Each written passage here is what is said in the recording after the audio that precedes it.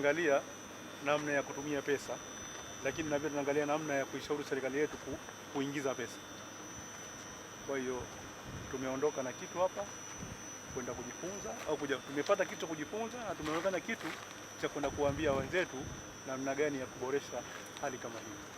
Kitu kizuri sana, tunakupongeza tena sana kwa hili, na sisi inshallah kwa uwezo wa Allah tutakwenda kutafuta fikra na sisi kufanya kitu kama hichi ili kuweza kusaidia kuondosha hii changamoto ambayo kwa hii ya umeme. Mheshimiwa Mwenyekiti, imekuwa yakikua siku hadi siku kwa ajili ya kuweza kwanza kutosheleza mahitaji ya ndani. Kwa priority yetu ni mahitaji ya ndani, tuhakikishe sisi kwanza tumejitosheleza humu ndani kabla hatujaenda nje. Kwa hiyo tunaendelea katika mlengo huu, na ndio maana uwekezaji wa miradi ya uzalishaji unaenda kwa kasi ili tuweze kufikia hizo megawati 8,000 itakapofika mwaka 2030 kulingana na maelekezo ya Mheshimiwa Rais.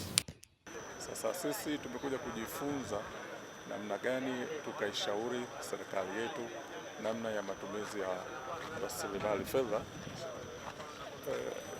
yani jinsi ya kutumia rasilimali fedha katika mradi huu.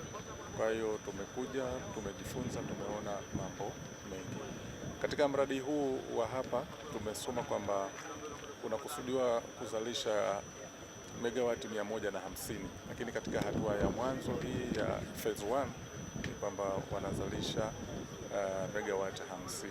Kwamba umeme ni changamoto kwa kweli. Umeme ni changamoto kubwa.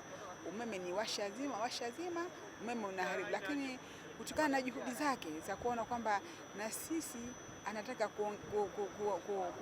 kuendeleza hii umeme mbadala ili nchi iweze kufunguka. Kwa hiyo tukaona ni vyema tuje tuangalie, tuje tusome, lakini pia sisi tuje tutoe maoni kwa serikali yetu.